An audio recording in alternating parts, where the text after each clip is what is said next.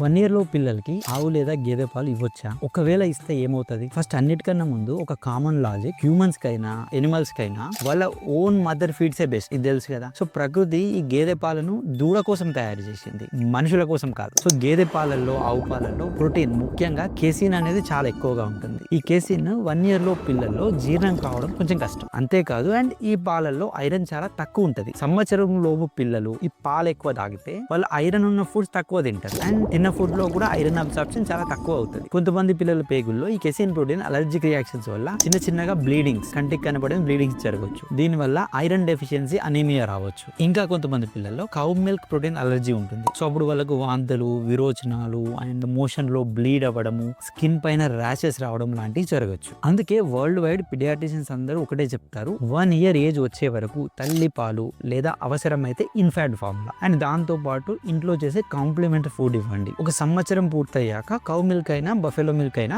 మెల్లిగా స్టార్ట్ చేసుకోవచ్చు. So simple అనిపిస్తుంది, కానీ మీ బిడ్డ బ్రెయిన్ పెరగడానికి అండ్ బ్లడ్ కరెక్ట్ గా ప్రొడ్యూస్ అవ్వడానికి ఇది చాలా ఇంపార్టెంట్. సో నేను మీ డాక్టర్ సాయి కుమార్. ఇలాంటి ఎవిడెన్స్ బేస్డ్ పేరెంటింగ్ వీడియోల కోసం మా పేజ్ ఫాలో అవ్వండి.